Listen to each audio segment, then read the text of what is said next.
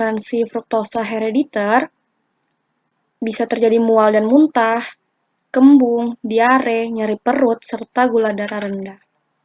Selanjutnya akan dilanjutkan oleh teman saya.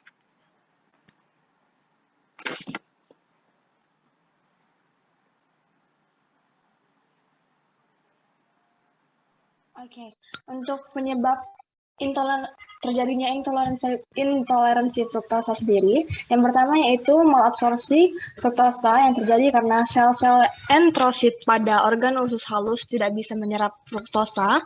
Kemudian fruktosa yang tidak tercerna ini kemudian dibawa ke organ usus besar di mana nantinya akan dilahap oleh bakteri. Kemudian yang kedua, penyebab yang kedua yaitu intoleransi herediter yang disebabkan oleh kelainan genetik yang membuat tubuh tidak memiliki atau hanya memiliki sedikit enzim aldolase tipe B. Enzim ini banyak ditemukan pada organ hati dan berperan penting dalam pemecahan fruktosa yang menjadi energi. Lanjut.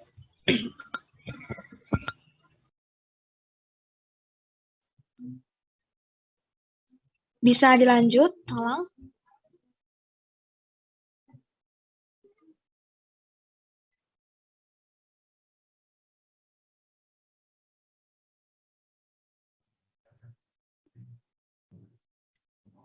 Segini aja nggak apa deh. Ya, sudah bagus. Ya, nanti bisa dilengkapi di makalah ya, Dek ya. Gitu. Tapi cukup pada penyebabnya atau hubungannya, sebabnya faktor resiko, lalu hubungannya dengan karbohidrat ya. Jadi jangan terlalu melenceng jauh. Udah cukup, terima kasih kelompok 5. Selanjutnya kelompok terakhir, kelompok 6, tentang laktos intoleran.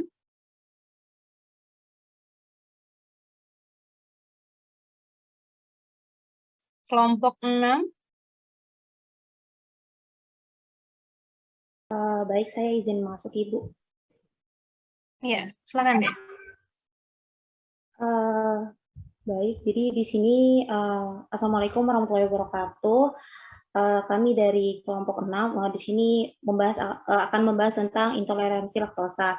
Adapun anggota kelompok kami yang pertama ada Anissa Aulia Rahayu, kemudian ada saya sendiri Nur Nazlia Tunada, kemudian ada Najwa Syafira, Adisa Zafira, Cecilia Sumberjaya, Nilun Nyoman Keisha Putri Maheswari, Nur Hidayah, Nur Asrini Widiawati, dan terakhir ada Husnul Fatimah.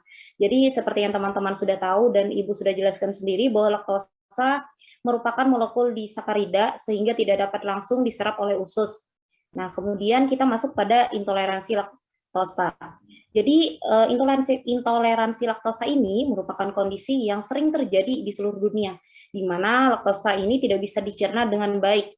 Hal ini karena adanya defisiensi enzim laktase. Kemudian laktosa ini tidak bisa dicegah atau tidak bisa mohon maaf, jadi laktosa yang tidak bisa terpecah ini menjadi glukosa dan galaktosa. Nah, kemudian adapun dari penyebab intoleransi laktosa ini yaitu kurangnya enzim laktase di dalam tubuh. Nah, untuk selebihnya teman-teman bisa baca. Dan adapun dari penyebab-penyebab intoleransi laktosa sendiri yaitu pertama ada intoleransi laktosa primer. Ini yaitu adalah faktor genetik yang diturunkan oleh orang tua. Kemudian ada intoleransi laktosa sekunder yang merupakan akibat dari penurunan produksi laktase yang disebabkan oleh beberapa kondisi seperti penyakit selis, kemudian dan lainnya. Kemudian ada intoleransi laktosa dalam masa perkembangan, yaitu terjadi akibat belum sempurnanya perkembangan usus bayi saat dilahirkan. Nah, kemudian yang terakhir ada intoleransi laktosa bawaan. Hal ini disebabkan oleh kelainan genetik yang diturunkan dari kedua orang tua bayi. Nah, kita masuk pada gejala dari intoleransi laktosa sendiri. Jadi gejalanya itu seperti yang teman-teman bisa lihat, seperti adanya sering buang angin, kemudian ada perut kembung, kram, mual, bahkan diare. Nah, sedikit banyaknya dari jurnal yang kami baca gitu. Jadi pemeriksaan penunjang yang digunakan pada diagnosis intoleransi laktosa ini ada beberapa. Yang pertama ada uji toleransi laktosa, kemudian ada analisa tinja. Yang ketiga ada pemeriksaan radiologi barium laktosa, keempat ada ekskresi galaktosa urin, yang kelima ada uji hidrogen nafas. Nah, mungkin itu saja 5.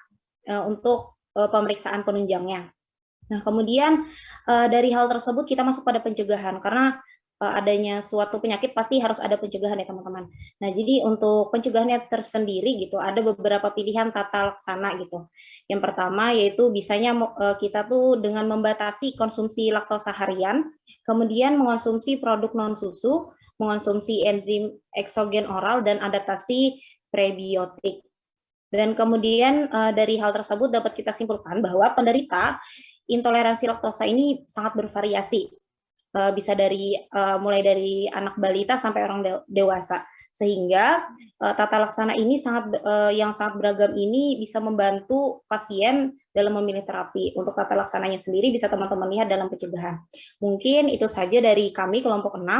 Untuk lebih jelasnya nanti akan kami uraikan pada makalah. Terima kasih Ibu. Ya, terima kasih ya Dek. Untuk kelompok 6 ini sudah bagus ya, tinggal dirapikan saja.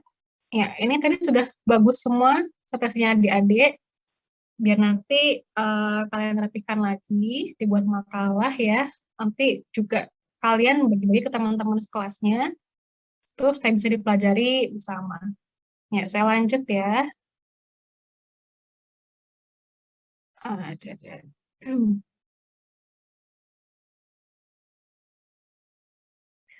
Ini waktunya tinggal 10 menit lagi ya. Kita langsung kuis saja ya. Ya.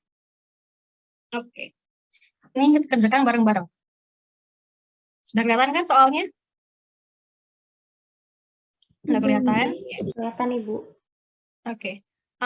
Jika seorang pria usia 30 tahun membutuhkan energi sebesar 2.500 kilokalori per hari, berapa gram karbohidrat yang dibutuhkan dalam asupan harian? Ya. Coba dihitung.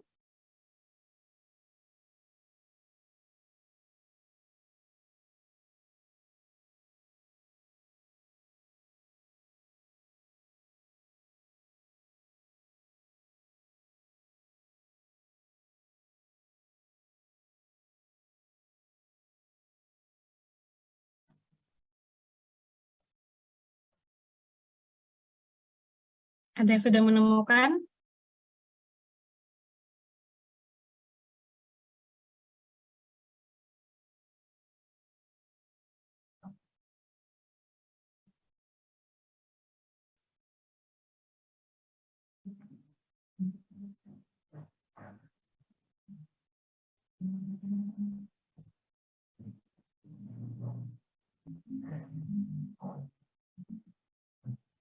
Ibu mohon maaf, slide-nya terpindah. Ya.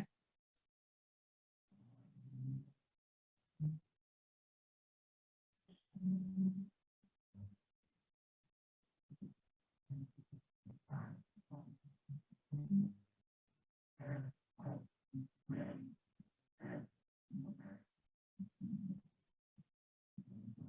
625 gram, Kak, Bu. Caranya gimana? 2.500 dibagi 4. Karena satu. Coba yang lain? Jawabannya ada yang beda mungkin. Anissa Aulia 625 gram. Yang lain? Sama Ibu. 2.500 dibagi 4 Ibu. Bagi 4. Oke. Ya, kita cermati soalnya dulu ya. Jika seorang pria 30 tahun membutuhkan energi sebesar 2.500 kilokalori per hari, berapa gram karbohidrat yang dibutuhkan dalam asupan hariannya? Ya. Di energi dia sehari itu sebesar 2.500 kilokalori yang dibutuhkan. Nah, dalam diet, perhitungan kebutuhan itu energi didapat dari karbohidrat, protein, dan lemak. Untuk menghitung karbohidrat, tadi di sini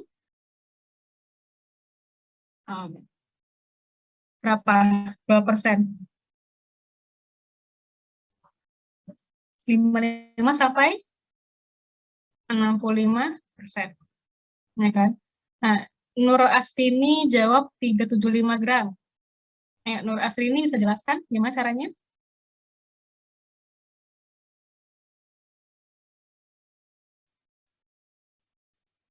Nur Baik, Asrini? iya Ibu, Ya. saya. Mm-mm. Oke. Jadi kebutuhan karbohidrat itu 50-65%. Misal diambil 60%, jadinya 60/100 dikali 250 yang di soal 2.500 yang di soal. Kemudian jadi hasilnya 1.500 kacau apa?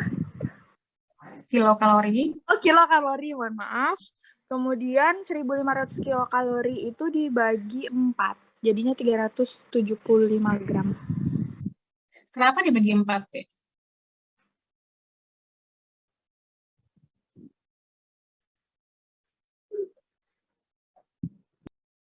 Sudah betul jawabannya. Kenapa dibagi 4? Izin Karena ini masuk, Ibu. kesatuannya. Oh iya, silakan, Gila. Karena itu diubah menjadi satuan gram, Bu. Karena 1 gram itu setara dengan 4 kalori, maka itu dibagi dengan 4, Ibu. Seperti itu. Iya, betul. Bu. Betul ya. Jadi ini kan kita perhitungan 60% ini kan masih satuannya kilokalori. Sedangkan tadi satuannya karbohidrat apa? Gram. Jadi diubah dulu ke gram. Ya. Mana tadi? Ya. 1 gram karbohidrat mengandung energi 4 kilokalori. 1 gram karbo itu setara dengan 4 kilokalori. Jadi satu perhitungan seperti ini hati-hati satuannya ya. Satuan untuk karbohidrat, protein, lemak itu harus dalam gram, bukan dalam satuan kilokalori. Itu ya. Oke, lanjut. Sekarang gula. Jika seorang wanita membutuhkan energi sebesar 2.000 kilokalori per hari, berapa maksimal gram gula yang dapat dikonsumsinya? Yuk. Hitung.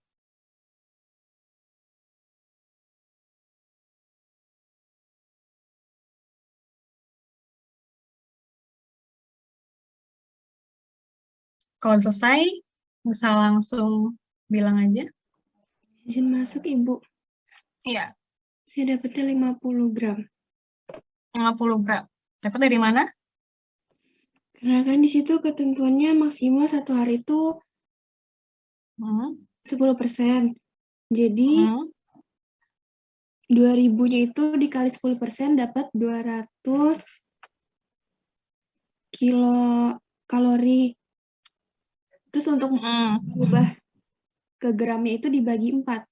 Jadi 50 gram.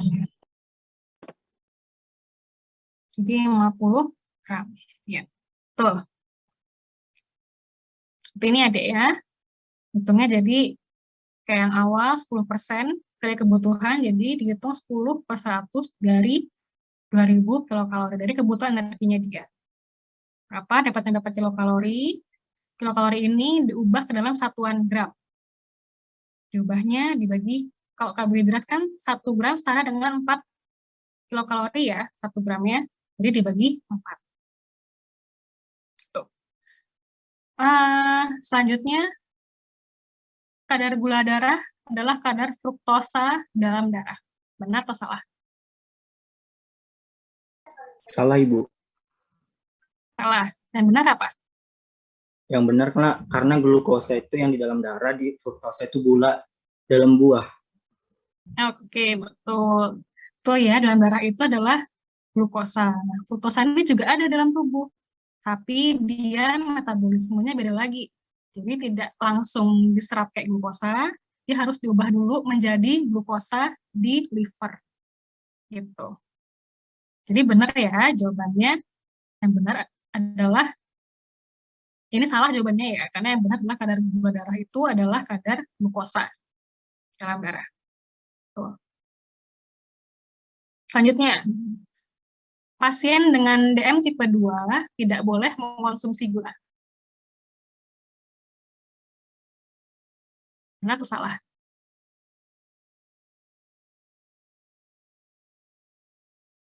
Ayo.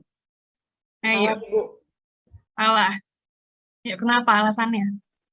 izin masuk Ibu, menurut saya kenapa tidak mengurangi atau tidak mengonsumsi gula, karena seperti yang Ibu jelaskan tadi untuk diabetes saja yang dianjurkan itu sebenarnya bukan tidak boleh tapi mengurangi gitu. Karena kan glukosa atau gula-gula itu juga diperlukan dalam tubuh gitu. Mungkin itu dari saya Ibu. Iya, iya betul. Ini yang di chat juga bilangnya salah ya, karena menurut DM juga butuh gula dan jumlah terbatas. Ya betul ya Dek ya. Jadi orang dengan DM meskipun gulanya tinggi, dia tetap boleh konsumsi gula, tapi jumlahnya dibatasi. Ya, karena kalau mereka sama sekali nggak makan gula, lalu kondisi gula darahnya pas ya untuk nyawanya dia gitu ya. Jadi tetap boleh konsumsi gula, tapi dibatasi. Itu. Nah, itu saja untuk kuliah hari ini, Dek. Ini saya terakhir saya tahu kontak saya ya. Nanti materi saya kasih ke siapa? Mungkin nanti saya akan menghubungi Ibu. Oke. Oke, nanti materinya saya kasih ya. Ini karena waktunya sudah pas jam 13.30, jadi mohon maaf kalau tidak bisa menjawab pertanyaan lagi. Tapi adik-adik kalau mau nanya, boleh via WA atau via email, gitu ya. Tapi kalau mau cepat via WA aja. Gitu. Ya, nanti ini materi saya kasih ya adik-adik ya. Ya, terima kasih adik-adik atas kuliahnya hari ini, atas perhatiannya. Semoga bisa bermanfaat untuk adik-adik ya. Oke, saya ingatkan untuk tugas makalahnya minggu depan dikumpulkannya ya. Ya, maksimal 3 halaman aja, sudah maksimal. Terus isinya ya penjelasan singkat tentang penyakit itu, penyebabnya apa, faktor risikonya apa, lalu hubungannya dengan karbohidrat apa, dan bagaimana cara mencegah atau mengatasinya kalau ada. Itu ya. Itu saja yang saya berikan. Adik-adik terima kasih atas waktunya. Mohon maaf kalau banyak kurangnya adik ya. Oke. Saya izin untuk mengakhiri kuliah siang hingga sore hari ini. Assalamualaikum warahmatullahi wabarakatuh. Waalaikumsalam warahmatullahi wabarakatuh. Terima kasih Ibu. Terima banyak Ibu. Selalu Ibu cepat sembuh. Semangat Ibu, semoga Terima lekas kasih. pulih. Terima kasih Ibu. Terima kasih, Dek.